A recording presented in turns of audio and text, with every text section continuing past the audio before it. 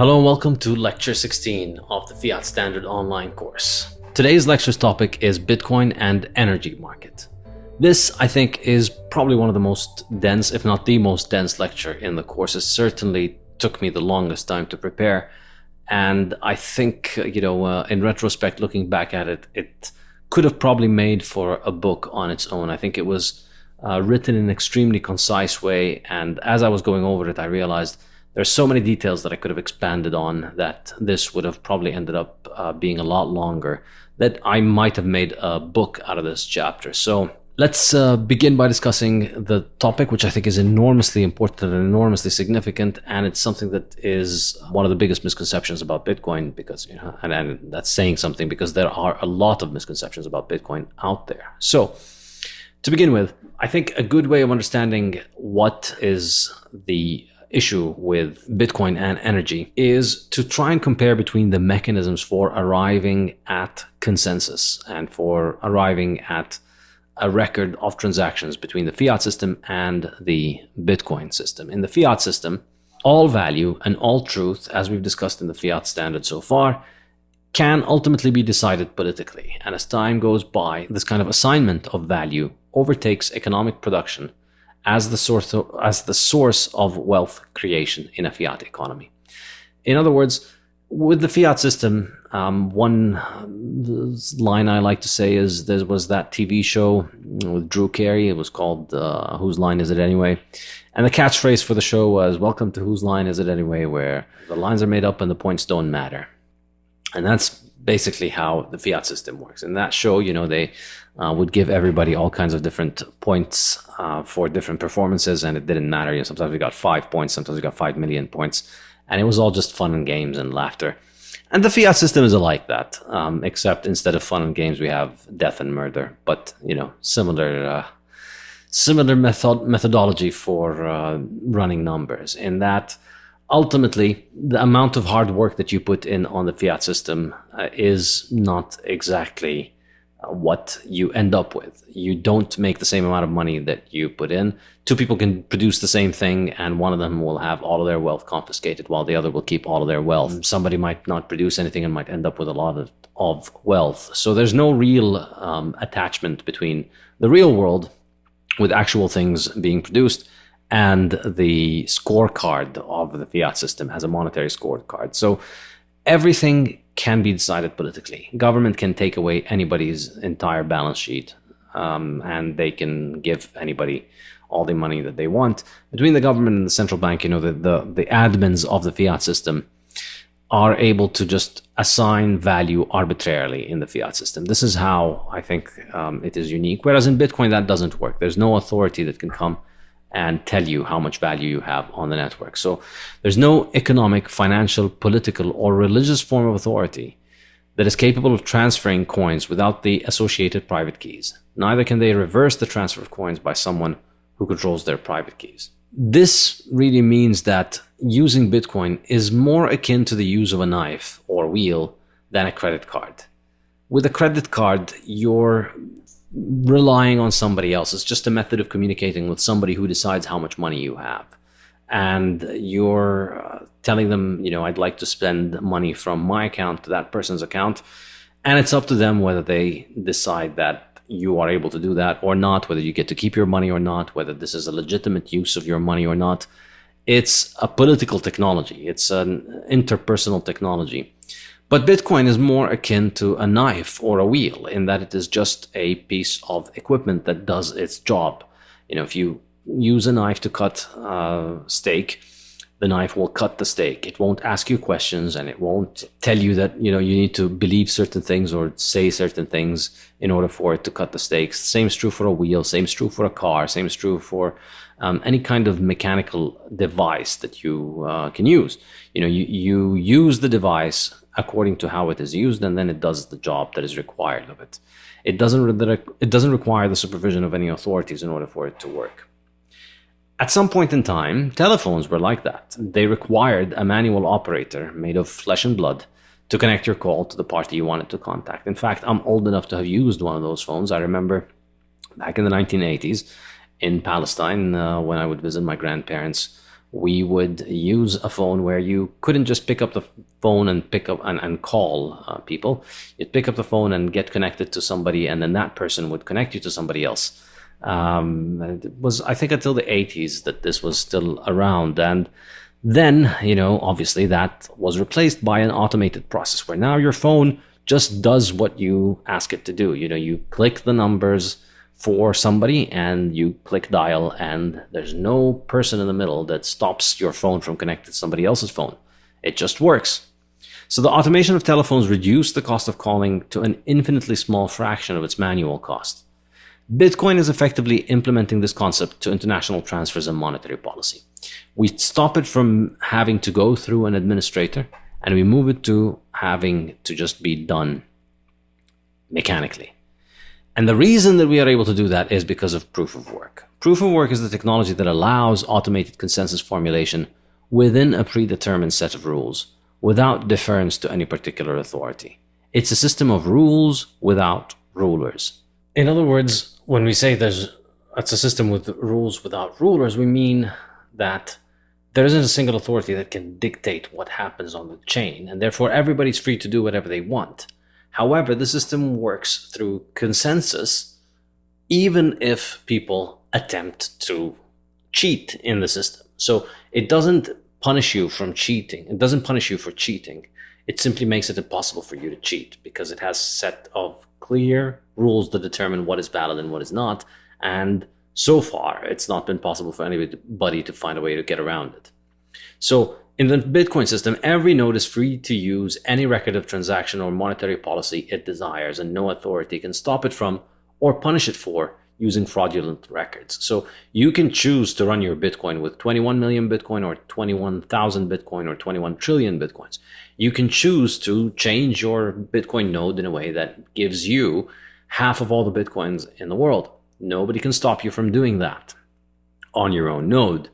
But of course, you can't force people to transact with your own node. So therefore, you end up with your own other coin, altcoin essentially, that follows by rules that are outside of the consensus rules of Bitcoin. So even though there is no authority, it still manages to come out to a system wherein there are very clear rules about what works and what does not.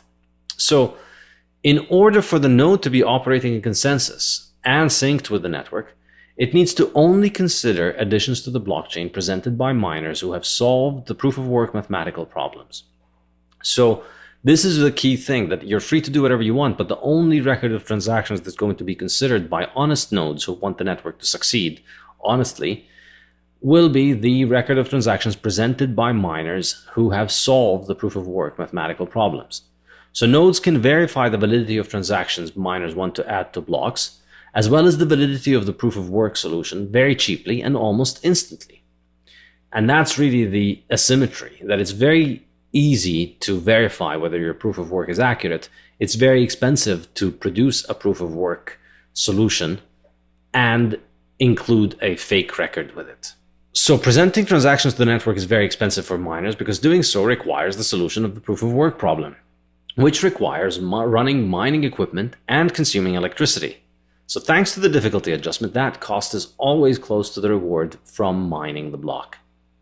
So by making sure that the cost of presenting a block to the network is roughly equal to the monetary value of the block, which is achieved through the difficulty adjustment, which we're going to discuss now, that is making it prohibitively expensive for people to present invalid solutions or to present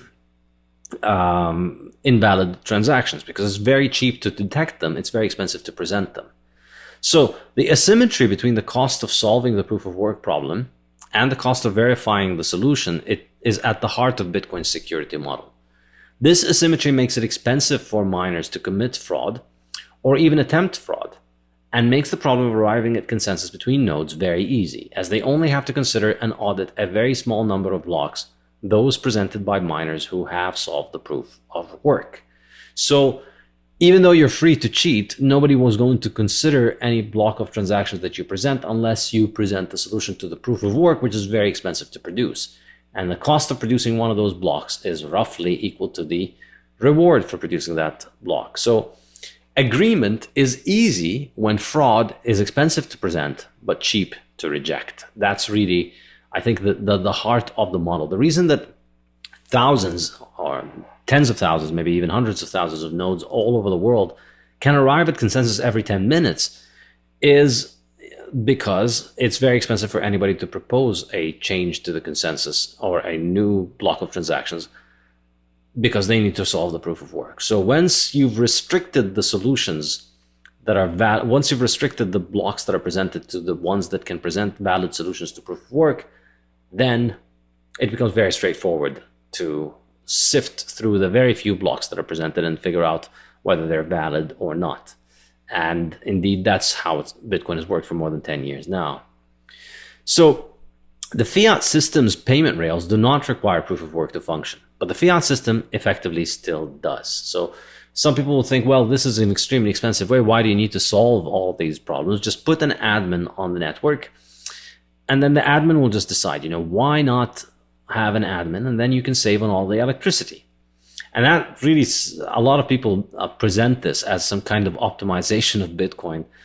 And that's essentially what altcoins do. And this is one of the many, many, many reasons that altcoins are such idiotic ideas, is because they take the only important thing about Bitcoin, the only thing that makes Bitcoin work, and in an astonishing display of stupidity, they look at it and say, well, we can take that thing out and replace it with something much cheaper and achieve the same results. And it just shows that they don't understand what's going on. And of course, in many cases, they might understand it, but of course, there's a lot of financial incentive to not understand this, or to pretend not to understand this. Because if you present this unique idea that you have an admin in charge as this unique breakthrough, rather than really the uninvention of what Bitcoin does, then you get to be the admin in charge, and that's extremely lucrative. And that's really what the model for all altcoins is.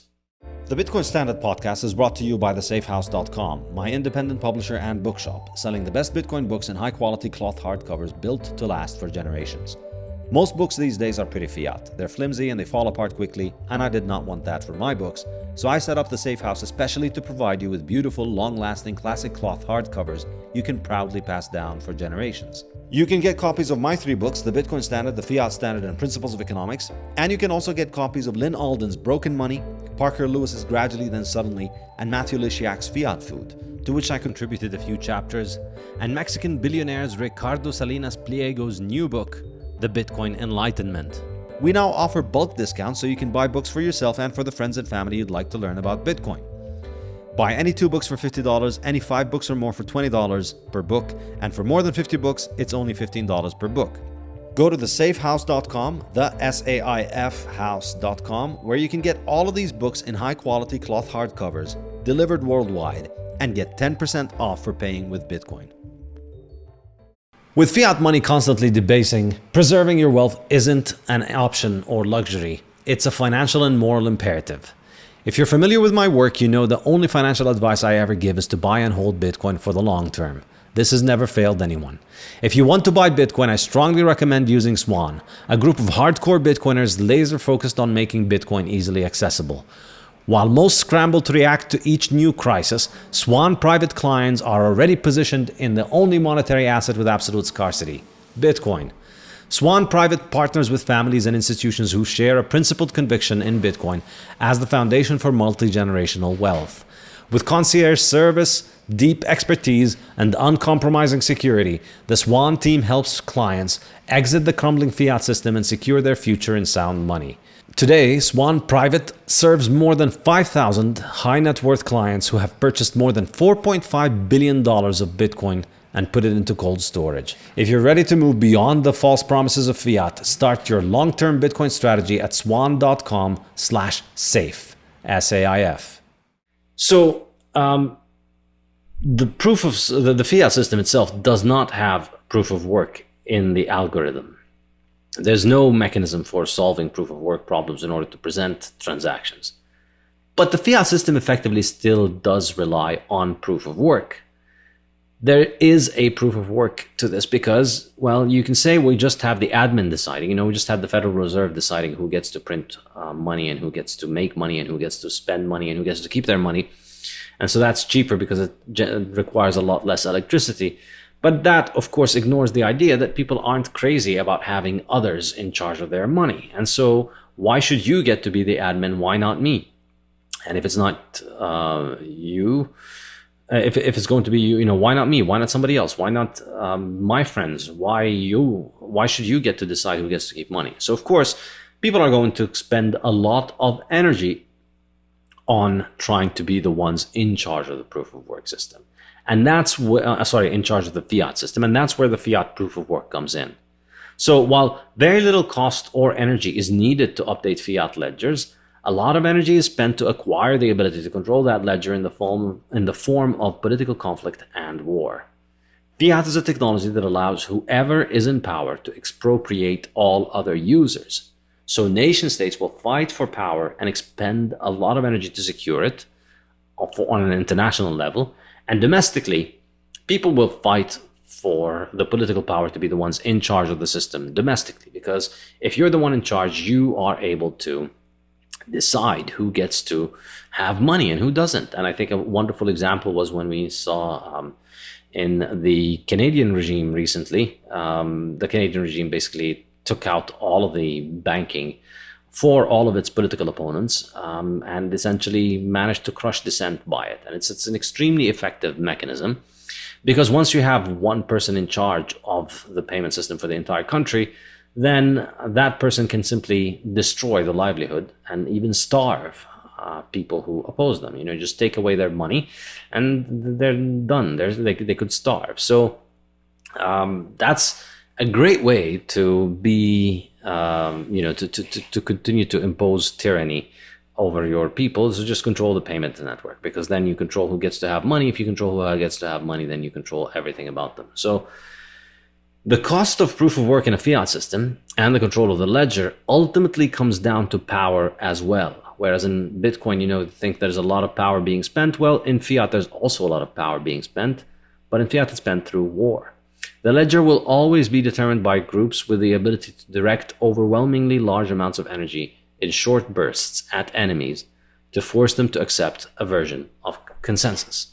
So just because you got rid of the proof of work from the electricity by having an admin doesn't mean you're going to get rid of the work that's going to be required in order to become the person in charge of one of these fiat networks. So military conflict is ultimately a contest of power in its most primitive sense, as the winner is the one able to move more equipment and channel more kinetic energy into the destruction of the enemy. That's how conflict works.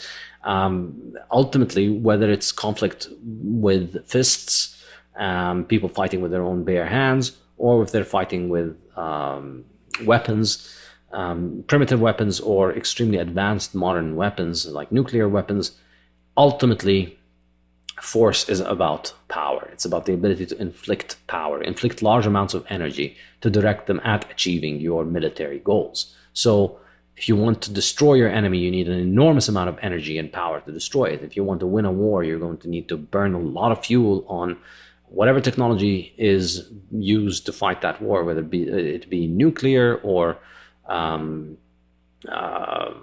jet fuel that is going to be used to fly airplanes. All of these things require enormous amounts of energy, and they therefore expend a lot of energy. And that's where the proof of work for fiat comes in. So you can't escape proof of work. You can't get anything for free. You can't become the admin of the fiat system for free. In order to do it, you have to expend a lot of energy in order to become the person who is the admin. And so in Bitcoin, that energy is spent on electricity to solve problems. In the fiat system, that energy is spent on killing foreigners, essentially, or killing domestic opponents, domestic political opponents. So in a world in which billions of people are spread out over 200 countries across the globe, there are no easy ways for them all to trade with one another using one monetary system if they do not all submit to the same political authority. If everybody's going to want to trade using a fiat system, that fiat system is going to have to require people to trade with one another across international borders.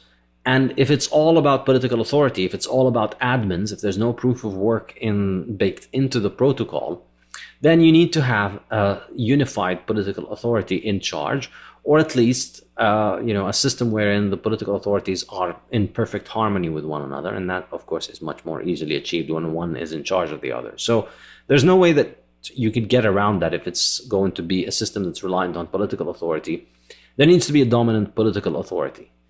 And that dominant political authority will only become dominant through the expenditure of power and proof of work and energy.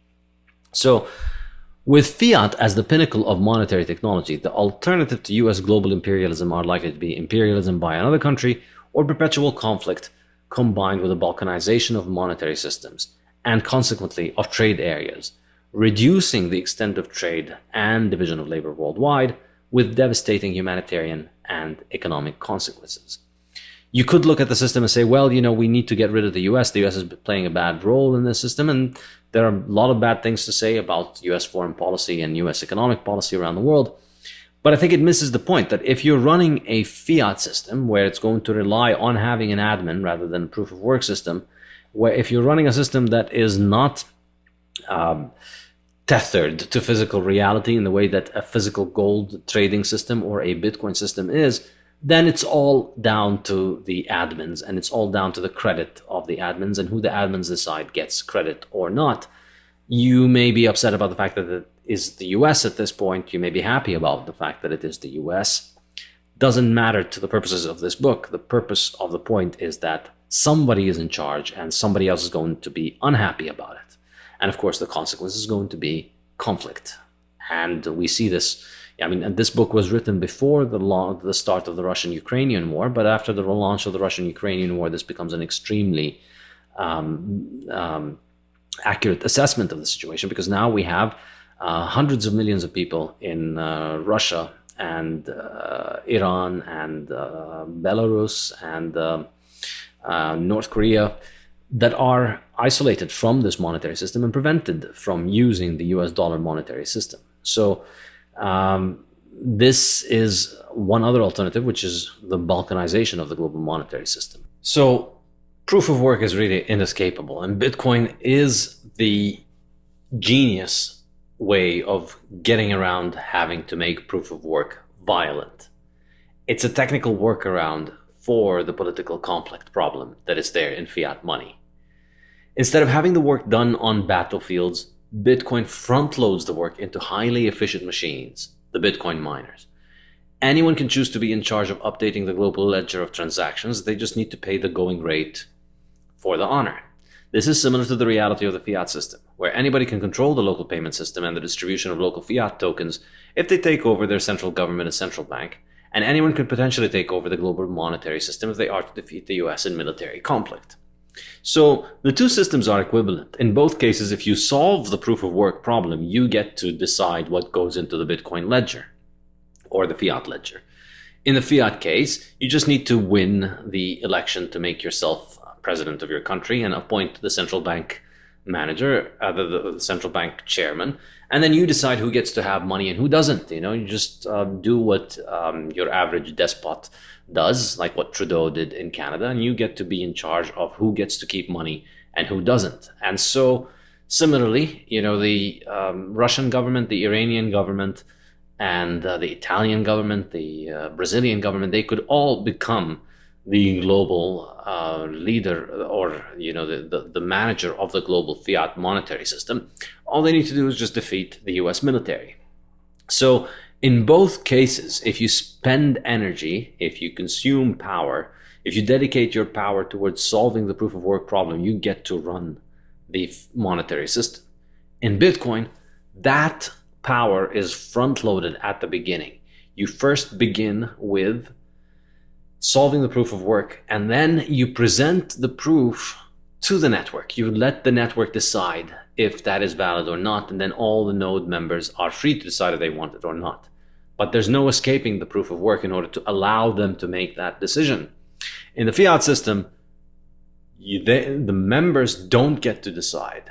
The proof of work is done through conflict, and then the person who emerges as the winner of the conflict is the person who is able to enforce their will on the rest of the market, basically.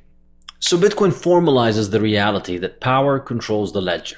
but brings the power expenditure forward and subjects it to infinitesimally cheap verification by all network members. This is really the difference, that it's always going to come down to who can spend more power in order to decide what the ledger is.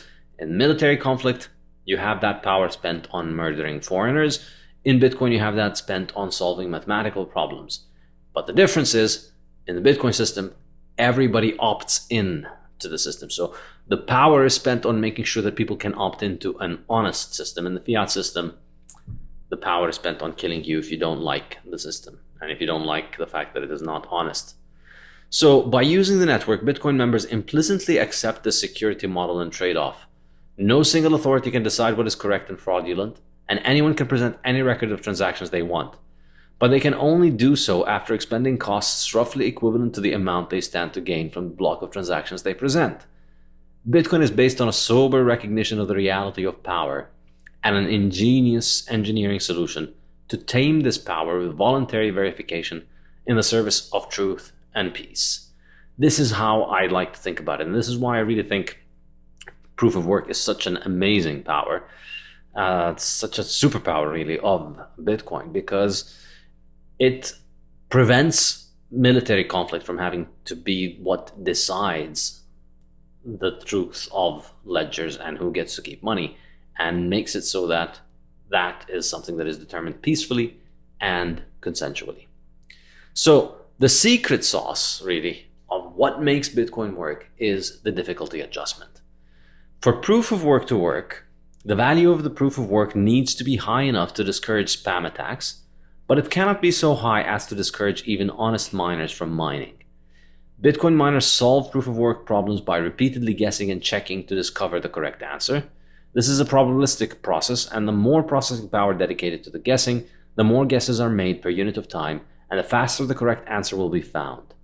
The Bitcoin mining difficulty is a measure of the difficulty of guessing the correct answer. So remember, as I was explaining earlier, the way that the network works is that, how are you going to be able to decide which block to add if you have hundreds of thousands of members and each one can present the block to the rest of the network? How do you decide? And then how do you protect against fraud? How do you prevent a bunch of nodes colluding together in order to steal somebody else's nodes, somebody else's coins?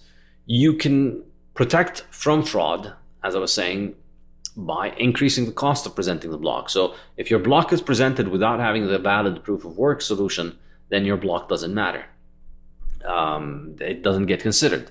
So by making the cost high, you make it so that nobody will, or if somebody manages to present a transaction, they're going to have to incur significant cost. And so they may put in an invalid transaction, but you've limited the number of people that can present the block to a very small number of people, and therefore it becomes trivially easy for the network to decide which one is correct and which one isn't. So but then, of course, the other problem here becomes as well, what if the cost of mining the block becomes too high? Well, then nobody would mine the block.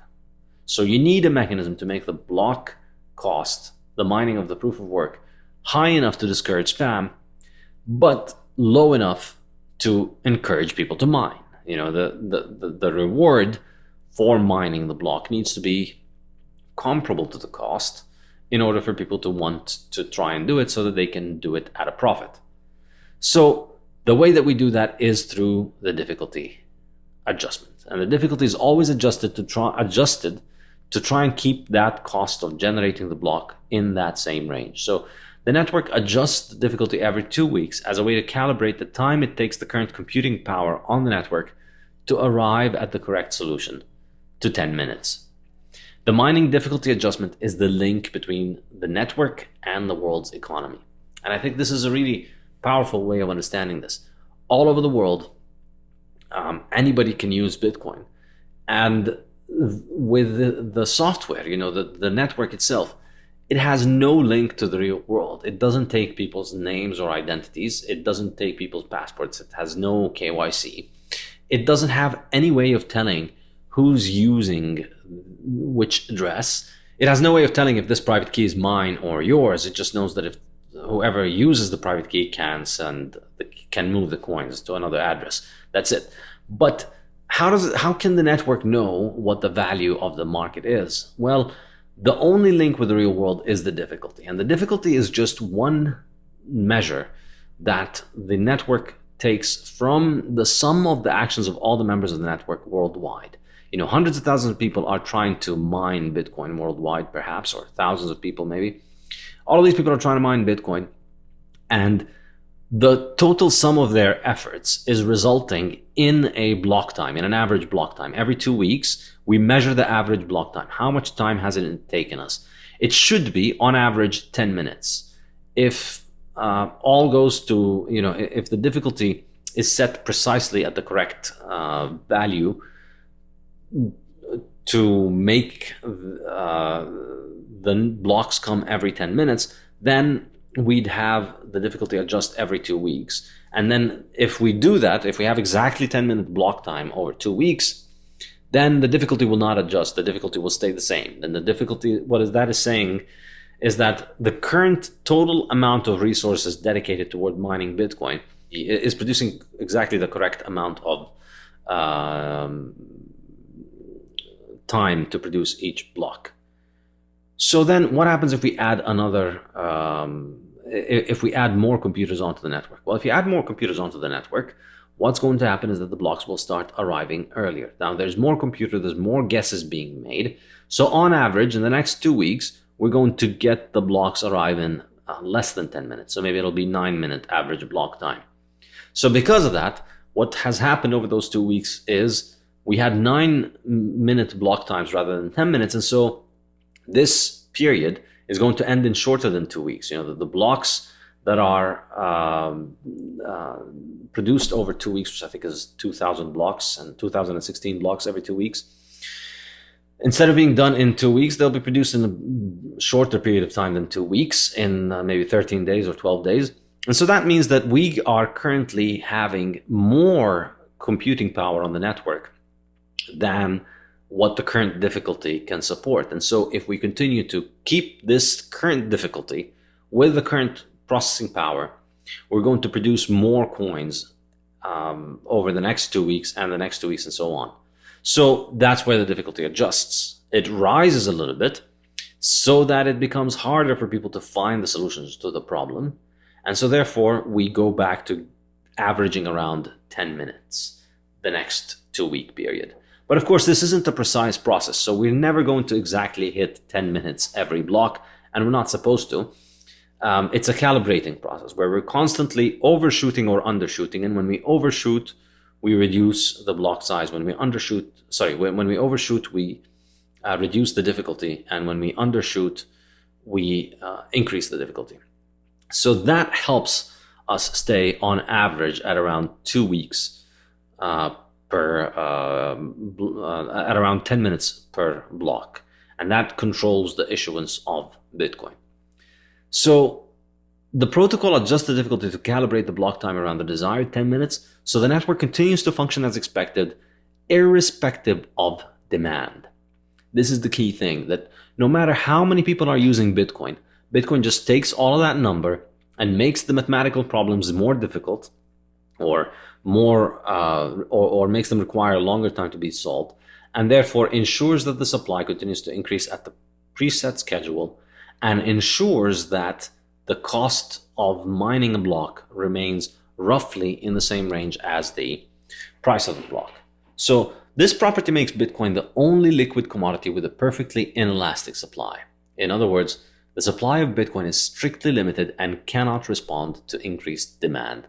The difficulty keeps adjusting, and as a result, the demand continues to increase without increasing the supply. And this is where Bitcoin is completely different from every other form of money. This podcast is also brought to you by the Bitcoin Way, your professional Bitcoin IT team offering you personalized, secure, and comprehensive solutions for every step along your Bitcoin journey. The Bitcoin Way offer live concierge service to guide you with your Bitcoin cold storage, running your node, privacy best practices, inheritance planning, corporate strategy, and multi-sig solutions. They don't touch your coins, they guide you through the process of acquiring your coins and securing them. If you'd like to make your setup safer and more reliable, book a consult with them and see what they have to suggest. If you want to give someone the gift of Bitcoin, get them this professional service that will ensure they start off knowing exactly how to manage their coins and not lose them. Go to thebitcoinway.com and start Bitcoining more confidently. If demand for any metal increases, the production of that metal will accelerate, and thus its supply will grow at a quicker rate than before. For every other market commodity or monetary asset, the increase in demand will generate more supply. It's true for gold, it's true for copper, it's true for oil, it's true for government bonds, it's true for real estate, it's true for stocks, it's true for government money. With all of those things, if demand for them increases, there will be more of them made. For every other market commodity or monetary asset, the increase in demand will generate more supply. For Bitcoin, however, the increase in demand only results in increasing the security of the network. So Bitcoin mining is like a sports competition. Only one trophy will be handed out, and if more people compete, more trophies aren't made. Winning the trophy just becomes harder. This effectively ensures that the cost invested in producing a Bitcoin is roughly equal to the value of a Bitcoin, which is what ensures Bitcoin is hard money.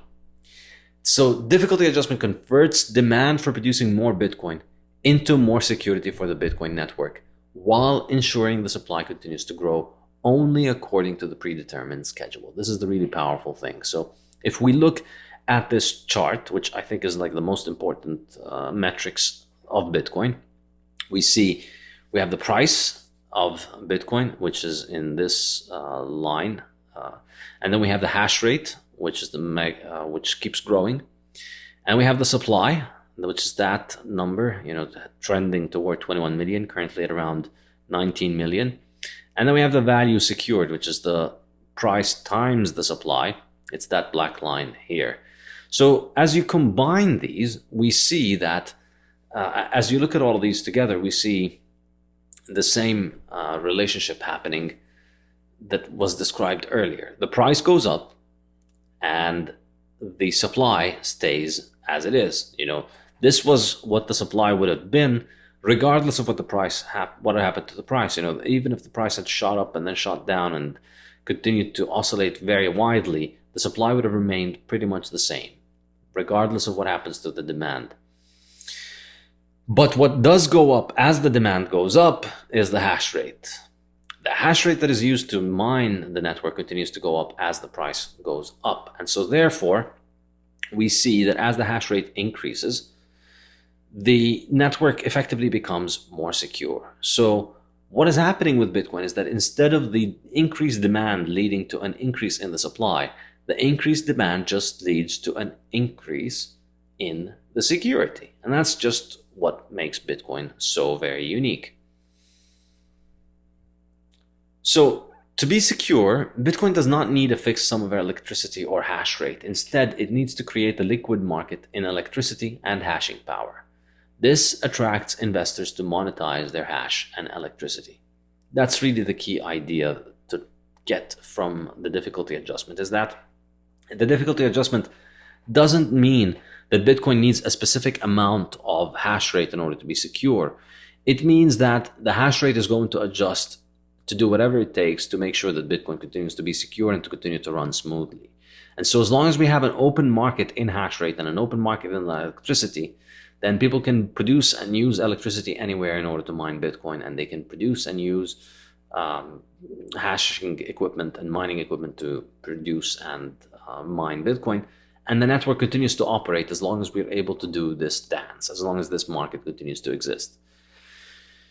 So all of this analysis of the nature of Bitcoin and the nature of the difficulty adjustment brings us to the discussion of energy, and in particular the sources of energy that are useful for Bitcoin. And this, I think, is extremely, the reason this analysis is important so far is that this helps us understand how Bitcoin is going to play what I believe is a significant role in the world's energy market. So to begin with, energy, I think to think about energy, and this is something that I discussed in chapter 10 on fiat fuels, but also I think is discussed in more detail in my next book, Principles of Economics, the textbook. To think about the fuels that go into Bitcoin, we need to remember that energy is not scarce or limited in any meaningful way. This is the very important point. Most people think of energy as being something limited and that we're running out of it and we're finishing up the energy that's in the world. But that's very inaccurate. What is scarce is our ability to direct energy to meet our needs, specifically power. Power is just, as we mentioned earlier, is the amount of energy used over a unit of time. So what we need is not energy in the abstract. What we need is power, specific amounts of energy over specific periods of time directed to meet our ends. So energy is a product that humans produce from nature. So its consumption only incentivizes more production. The scarcity of energy lies not in its absolute quantities, but in having it delivered at high power at the time and place where it is desired. So solar energy that falls on Earth in 1 hour is larger than what humans consume in a year. So there's no shortage of energy. Every day, every hour, more sunlight falls on Earth than all the energy that we consume as humans every year. So there's no scarcity there. It's just a problem of conversion. How do you dedicate this sunlight to producing the energy that you want at the places and the times that you want? Wind energy is estimated at around 4 times our consumption. So there's about 4 times as much energy falling on Earth at wind blowing around the world at any point in time as all the energy that we consume. Hydroelectric energy on its own is about 1/3 of all of human consumption. Hydrocarbon fuels under Earth keep becoming more abundant the more we look, practically infinite to our consumption. In fact, the more we use hydrocarbons, the more we find. It's been now almost a century, perhaps, I think more than a century, that people have been saying we're going to hit peak oil, we're going to hit peak oil, we're running out of oil, we've finished the oil. And yet, every year, our consumption of oil goes up. And every year we dig further, and every year we find more, and every year the proven reserves that we know about increase. So if we keep realizing that the stockpile that we have is larger every year than the year before, then it's clear that the limit on how much we can have is just how much we dig and how much we're searching for. So the more we search for fuels, the more we find. The more we search for hydrocarbons, the more we find. And the limit really is just how much time and effort we dedicate toward them. We've been digging them for more than 100 years, and the amount that we know that we have left under Earth today is larger than it has ever been, and it continues to grow every day. In fact, there's pretty solid evidence to suggest that the idea that hydrocarbon fuels are fossil fuels is inaccurate. Perhaps some of them are fossil fuels, but I think it's a pretty strong claim to make to try and suggest that all of the fuels, all the hydrocarbons that exist under the Earth are from fossil remains. Because, well, first of all, we know that hydrocarbons exist on other planets. We know that they exist in meteors. So there are no fossils there. And I think there's no good reason to assume why these fossils cannot be produced under the mantle of the Earth on their own. And in fact, this is what a lot of scientists suggest, that it's called the abiogenic or the abiotic theory of oil. And it's a very interesting topic. But it suggests that a lot of the world, that the oil is just something that is present under Earth. And there are very compelling mechanisms for how the heat under the Earth and the minerals that exist under the Earth can be combined to produce naturally, that they are being combined naturally and are producing those fuels. So there is, whether that is true or not is also kind of besides the point, because the amount of energy that we know about under the Earth right now is enough to last us several hundreds of years. And the more we look, the more we find. So the notion that we're running out is completely untenable. So hydrocarbons just keep becoming more abundant the more we look. And they're practically infinite compared to our consumption.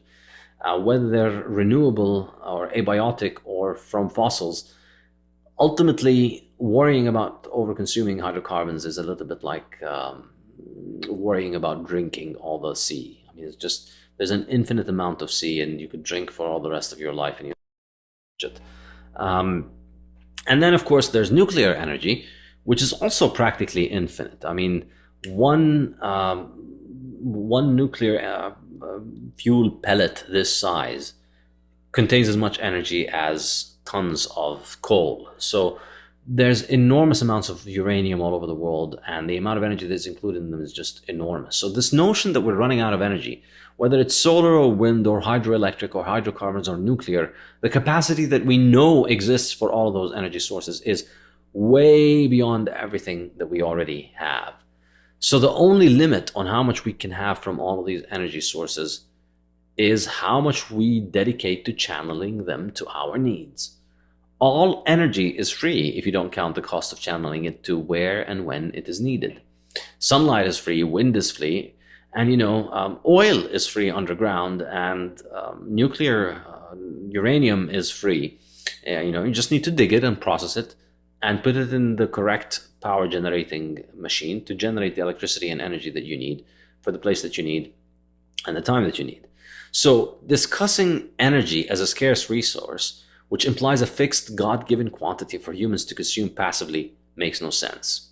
In its usable form, energy is a product that humans create by channeling the forces of nature to where they are needed.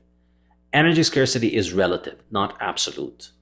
The reason that energy is scarce is because there's an opportunity cost to make energy, because putting our time into producing energy means that we can't dedicate it to other things. That's what makes it scarce. It's not scarce because we're running out of it. It's not scarce because we're running out of sunlight or wind or hydrocarbons or nuclears.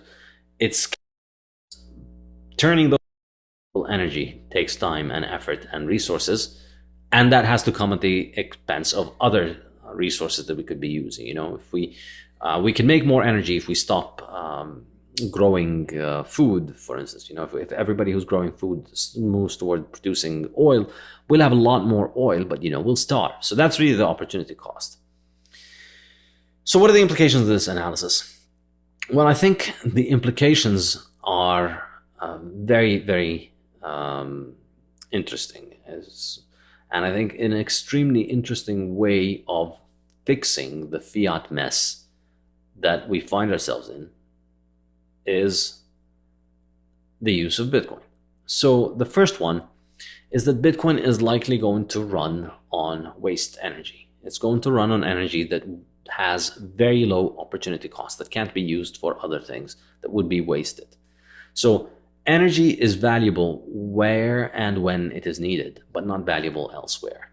This is something that's important. So, there's hydroelectric energy in all the world's rivers and waterfalls, but most of it can't be used because it's far away from people who need it.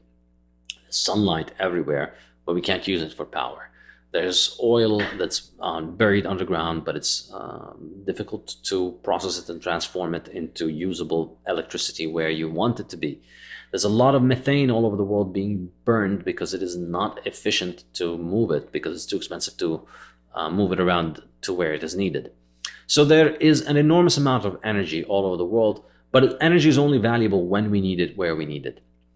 Bitcoin is different from all other forms of energy demand because it can buy energy from anywhere, since it only needs an internet connection. So if you have a hydroelectric dam and you produce electricity from it, the only way to sell electricity before Bitcoin was that you needed to a wire, which then would connect it to a city where people would demand that electricity. But with and in many cases that can be too prohibitively expensive. Bitcoin doesn't need that. You can mine Bitcoin locally wherever the electricity is, and then you can sell that electricity essentially through the network hashes. So the miner will be looking for blocks, and then the more you hash, the more you look for blocks, the more likely you are to find the block. And so you just need to communicate this data to the network. And so that means you can consume the electricity wherever it is, because all you need to do to sell it is just an internet connection. It's a true quantum leap forward in the market for energy, because it's the first time that you can sell energy anywhere without infrastructure. You don't need wires, you don't need trucks, you don't need pipelines, you don't need trains. You just need an internet connection, and then you can sell all the energy that you have. So combine those two facts. Energy is valuable where and when it is needed, but it's not valuable elsewhere. Bitcoin can buy the energy from anywhere, since it only needs an internet connection, whereas everything else needs to buy the energy where it is, where they are. People need the energy in their city. And then we add to that the fact that difficulty adjustment means that we are always choosing for the cheapest sources of energy for Bitcoin. Remember the discussion about difficulty adjustment. We're constantly raising the difficulty of mining Bitcoin in order to ensure that the supply continues to be produced at the predetermined rate. So in order to make sure that we only get a new block every 10 minutes and the new reward is only added approximately every 10 minutes, the difficulty goes up and down to adjust for the amount of miners that are on the network. So when we have a large number of miners that are on the network, the blocks start coming in faster. And that means that over the 2-week period, we'll have more mining done than every 10 minutes. So we'll have more, the blocks will arrive in a period faster than the 2 weeks. And so the average block time will be, let's say, 9 minutes rather than 10 minutes. So that means that we have blocks that are being produced 10% faster than is optimal. And so the difficulty will rise at around 10% or around 11% to take us from 9 minutes to 10 minutes. And that difficulty rising will increase the block time so that over the next 2 weeks, we would expect to approximately get a new block every 10 minutes. Now, it's not going to be precise. Remember, it's a calibrating process. But what this does is that it's always making mining only profitable for the people who have the cheapest electricity. If you have cheap electricity, you're able to withstand this difficulty adjustment. The difficulty adjustment rises, so now blocks become harder to produce. So now you're sharing the reward with a larger number of people. And that means that people who have expensive electricity are not going to make it. They're not going to be able to mine profitably. Because if you have expensive electricity, now more and more miners are on the network. The reward that is being distributed, which is, currently it is 12.5, no, currently it's 6.25 Bitcoin every 10 minutes. That's being distributed on average, over all of the miners that are in the network. If you happen to have expensive electricity, when the difficulty rises, your profitability declines. Well, the profitability of everybody declines, but then the people who have the most expensive electricity get knocked off the network because they are the ones who are able to afford to operate less, or they are the ones who are the least able to afford to continue to operate. So because of this, you're constantly culling the weakest of the herd. You're constantly taking out the people who have the most expensive electricity. And we see this happening right now. If you look at the network right now, we see a very large increase in the difficulty, but the price has been crashing. So for the last year or so, the price has gone down for something like 75%. So a lot of the new mining equipment that is coming online right now was ordered by people who were at the peak of the bubble during last year, when the price was in the 50,000 or 60,000. They were getting really excited about the profitability. They were running their estimations about how much money they could make based on the idea that the Bitcoin price was 50,000 and the difficulty at that time was maybe 50% lower than what it was now. Well, 1 year later, the difficulty is up something like 50% and the price is down 70%. So for anybody who has ordered the miners, they are going to be making significantly less return on their mining than they had expected. Now, if their electricity is cheap, that's fine. They'll probably be able to manage it. So if you have electricity at 2 cents per kilowatt hour, or 3 or 4 cents per kilowatt hour, then you're probably still able to make it through this bear market, through this low price, high difficulty period. But if your electricity is expensive, if you're paying 8 cents, 10 cents, 15 cents, you're most likely not able to make it. You're most likely operating your miners at a loss right now.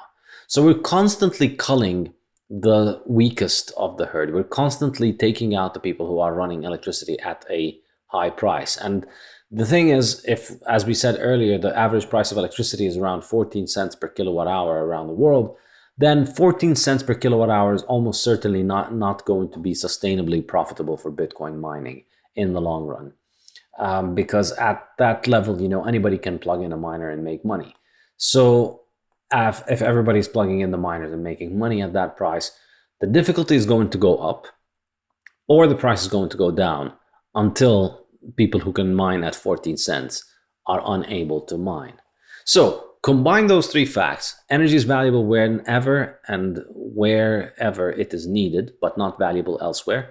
Bitcoin can buy energy from anywhere, since it only needs an internet connection.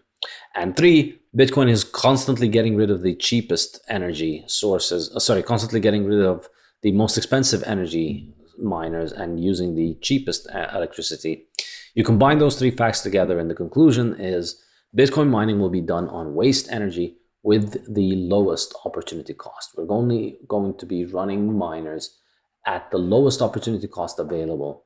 And Bitcoin mining is therefore constantly looking for the lowest electricity cost around the world. So the first implication is that we're using effectively energy with very low opportunity cost. The second implication is that Bitcoin is incentivizing energy generation. It's going to make energy generation more and more profitable all over the world.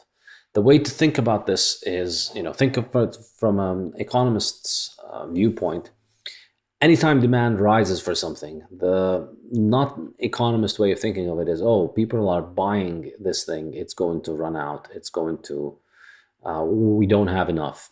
So the geologists have been making this mistake about resources for many decades, where the price of things is not something that registers in their mind. They look at how much proven reserves we have of oil or nickel or iron or copper today, and they decide, and they look at how much consumption is today, and then they extrapolate consumption into the future, and then they arrive at a date at which we are going to finish all of the proven reserves that we have.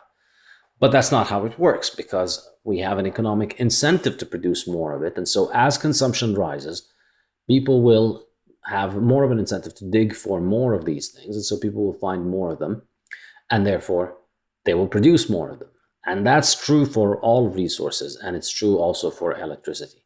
Anything that is rewarded on the market is going to be produced in increasing quantities. And so Bitcoin pays people for producing electricity, and so it's going to generate more and more electricity production. Bitcoin rewards cheap, reliable power specifically, and therefore it's going to encourage its production. It's going to just have more and more and more production. It's going to lead to more capital investments in producing cheap, reliable power, and that's going to lead to a declining marginal costs, because that's what capital investment does. When you invest in building a shipping boat, you're able to catch fish at a much lower marginal cost than if you were trying to catch fish with your own hands. Catching fish with your own hand takes a lot of time, so it's extremely costly to hire somebody to catch fish for you with their own hand. But if you have a giant boat, if you have an enormous amount of capital, then you can hire somebody at a much higher productivity. And so it's much cheaper at the margin, the cost of producing each next fish. So Bitcoin is subsidizing capital investment in low cost, reliable power. And it's going to lead to an increase in the production of low cost, reliable power and a decline in its cost, I imagine. And that, I think, the beautiful poetic justice of Bitcoin is that this really is the solution to the problem of fiat fuels, which we discussed in chapter 10. So if you remember chapter 10, I make the case for why inflation over the last 50 years has been the fundamental driver of the drive for replacing reliable, low-cost hydrocarbon fuels with all of these alternatives that don't work, that are actually much more expensive, but they're more politically favorable because they don't involve fuels, and therefore they become more or less sensitive to price inflation. So it's better politically if you're reliant on wind and solar, because wind and solar don't, they don't have a fuel that needs to rise. And so if you're just willing to give up on the essential idea of 24-hour electricity and reliable electricity and high-powered electricity when you want it and when you need it, and instead make do with only getting electricity when the natural environment decides that you can get it through sunshine and wind, then That's a good way of eliminating inflation because you're less sensitive to increases in the price of fuel that become very apparent when there is inflation. And so the result of this is that we've had 50 years of overinvestment in renewables, or as I prefer to call them, unreliables. And that has led to a collapse in the reliability of these fuels, of grids around the world. And it's led to an increase in the cost of energy generation, increase in the cost of reliable energy generation, collapses of grids, and all these negative consequences. All of it because fiat has incentivized the production of low reliability, high cost fuels, wind and solar, essentially, pre-industrial technologies. Whereas on the other hand, Bitcoin is incentivizing the opposite. So this is, I think, an amazingly beautiful property of Bitcoin. And on the one hand, we have governments destroying and taxing reliable power sources to subsidize unreliable pre-industrial fuels. On the other hand, we have Bitcoin taking away seigniorage revenue from governments, taking away governments' ability to engage in inflation and credit creation, and taking that seigniorage and using it to invest in reliable, cheap energy sources. In my mind, this is a root cause solution to the world's energy crisis. You're starving the governments that are using their resources to destroy reliable energy grids and promote unreliable pre-industrial technology, and you're taking the proceeds from starving government and using them to finance the growth in the production of cheap, reliable power sources. It's poetically beautiful. And then the third aspect of it is reliable energy. Bitcoin is going to incentivize reliable energy specifically because the other most important part of the cost of mining is the cost of the machines, the mining equipment that you buy. So there's really, for a miner, you pay for the equipment and you pay for the electricity. Those are the two most important things. The location and the rent are obviously another aspect of it, but they're not as important because you can choose to put your miners in a place where land is cheap. But so that's usually, that is the part of the cost that can be reduced. The most important parts that are the most competitive are the electricity and the cost of the machines. And so the machines are, of course, a very competitive market. Anybody can produce Bitcoin mining equipment, or ASICs as they're called. Anybody can produce Bitcoin ASICs, and anybody can sell them, and anybody can utilize them anywhere they want.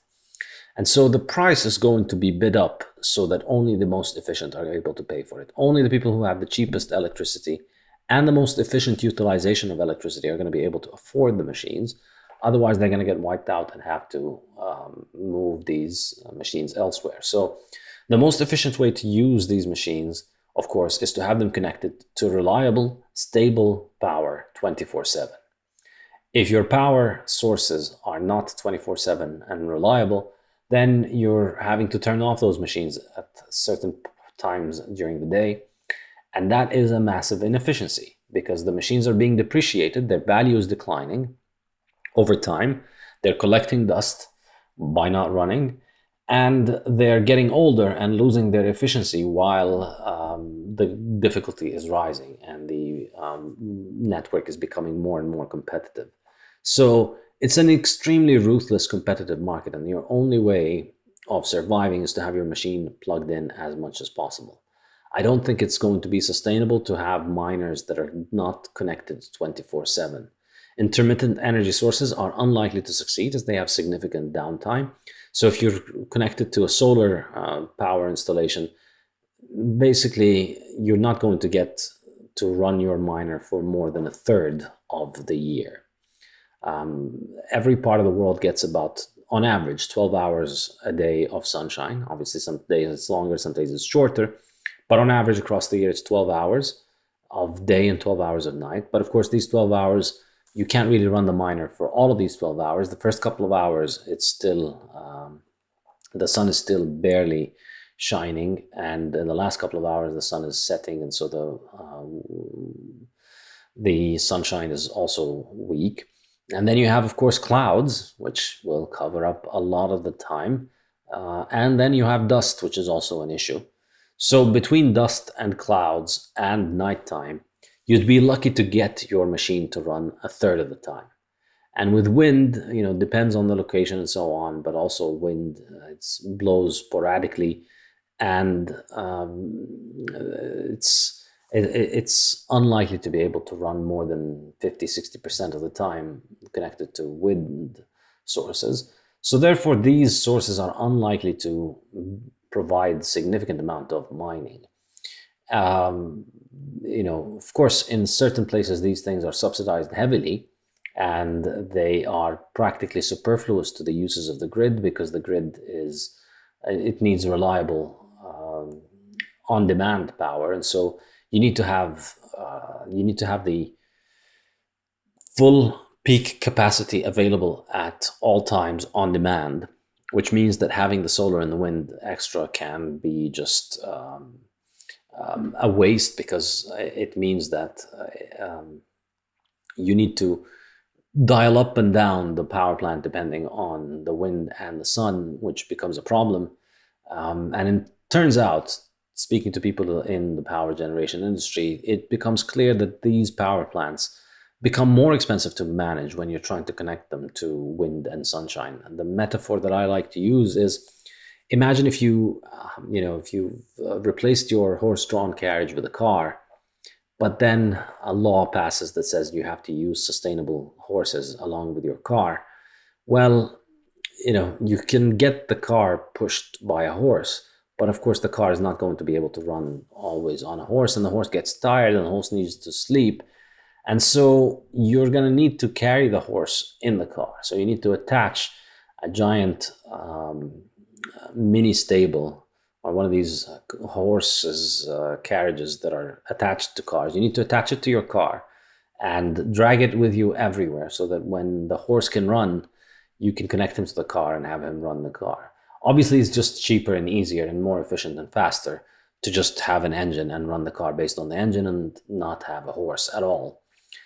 And that's what modern grids are. That's why, before this green insanity took over the world, the idea that you would connect wind and solar to an efficient modern grid was just laughable. It's still laughable among people who understand engineering.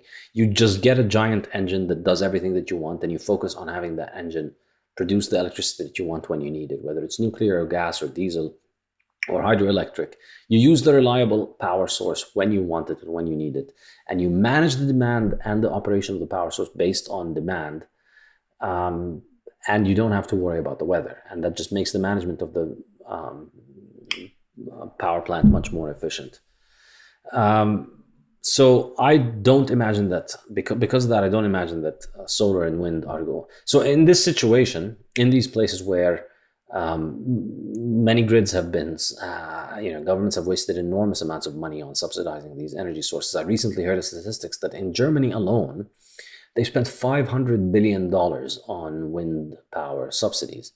So you have an enormous amount of insane money being spent on these things, and they're just making the grid less reliable. So people who can manage the grid would probably be better off using that wind, just letting the grid manage, letting the reliable power plant manage the grid, and connecting their wind turbines to some Bitcoin miners, rather than just having them go to waste when they run.